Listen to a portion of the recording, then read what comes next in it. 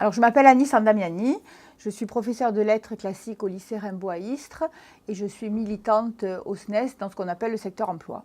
Alors, ça couvre bien entendu les mutations, les promotions, l'avancement et puis tout ce qui fait le quotidien aussi de nos métiers, nos services, les demandes de temps partiel, de congés formation, tout ce qui donc préoccupe les collègues au jour le jour.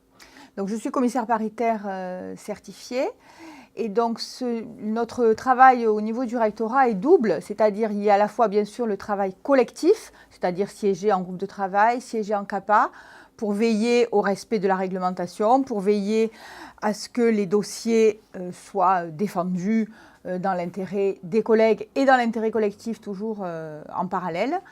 Et c'est aussi une dimension plus individuelle, c'est-à-dire on est souvent amené, je dirais presque une fois par semaine, à intervenir auprès du rectorat pour traiter un cas particulier d'affectation, de temps partiel, voilà, tous les soucis que les collègues peuvent rencontrer et sur lesquels ils nous alertent au quotidien. Donc, ce que l'on appelle les CAPA, Commission administrative paritaire académique, c'est donc l'instance dans laquelle siègent les élus, l'instance dans laquelle les élus du SNES, donc par corps, l'instance dans laquelle les élus du SNES sont majoritaires dans tous les corps, ce qui nous donne notre force pour traiter à la fois les éléments collectifs et les éléments individuels. Et à ce titre-là, nous intervenons soit à la demande d'un collègue, par exemple, pour lui donner des conseils sur sa carrière. En ce moment, nous travaillons beaucoup sur les rendez-vous de carrière et les contestations des avis qui ont été émis par le recteur.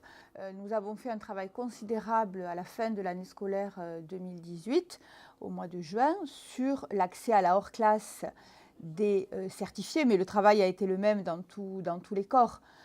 Où nous avons travaillé à rendre la promotion la plus équitable possible dans le nouveau dispositif issu de PPCR. Voilà, nous arrivons à une période d'élections professionnelles qui se dérouleront du 29 novembre au 6 décembre. Ce sont des élections qui se font par la voie électronique et il est capital que tous les collègues participent à ce scrutin. La légitimité des élus tient bien entendu au résultat de l'élection, mais surtout au taux de participation à ces élections.